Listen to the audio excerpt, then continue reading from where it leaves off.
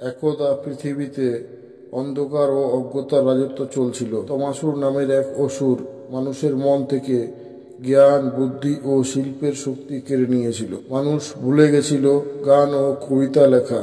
বিদ্যা বুদ্ধিহীন পৃথিবী এক অন্ধকারাময় স্থানে পরিণত হলো। সৃষ্টির এই হেন দশা দেখে পিতামহ ব্রহ্মাদেব খুব চিন্তিত হলেন। তখন তিনি সরস্বতী দেবীর আহ্বান করলেন। দেবী সরস্বতী শ্বেত বস্ত্র পরিহিত অবস্থায় তার বীণা হাতে আবির্ভূত হলেন।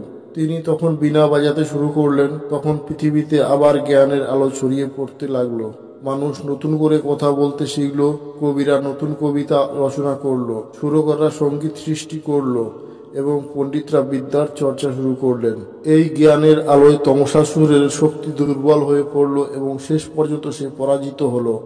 এরপর থেকে সরস্বতী দেবীকে বিদ্যার দেবী হিসাবে পূজা করা হয়, যাতে তিনি চিরকাল মানুষের মধ্যে জ্ঞানের আলো ছড়িয়ে দেন।